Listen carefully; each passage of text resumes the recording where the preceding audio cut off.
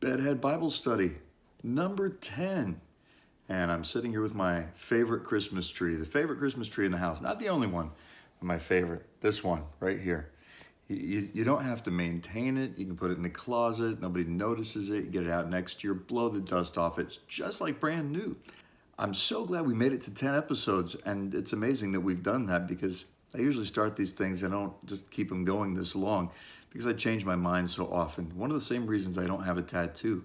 I also know that tattoos change over time. Or as my good friend Jim says, you get a butterfly on your back when you're 20, becomes a buzzard in your crack when you're 60. I'm only on page 2. I'm going to spank this thing in the face. This morning, we're back in Reckless Grace, and we're going down the bottom of page 6, and there's a section here I actually want to read to you. It talks about a couple of gardens that are in the Bible. One in Genesis, the Garden of Eden, but then there's another garden. It's where Jesus prays for you. It's the Garden of Gethsemane. It's interesting, the parallels between the two gardens. In the Old Testament, God put man in the middle of a garden. In the New Testament, God puts the garden in man.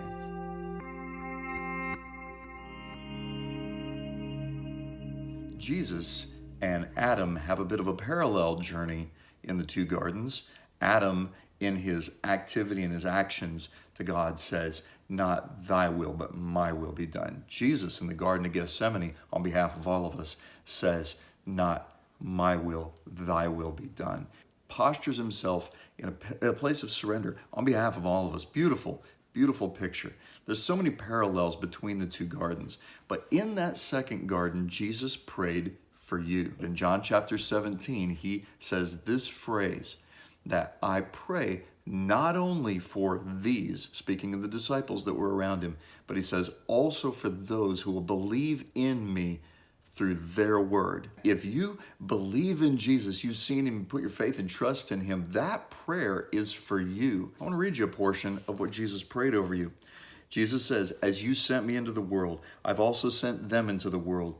For their sakes I sanctify myself, that they themselves may be sanctified in truth." And I don't ask on behalf of these alone, but for those who believe in me through their word, that they may be, listen to this, one, just like we are, even as you, Father, are in me and I am in you, so they also may be in us, that the world may believe that you sent me. Everybody wants the world to believe, to understand that it's through our unity that actually comes about.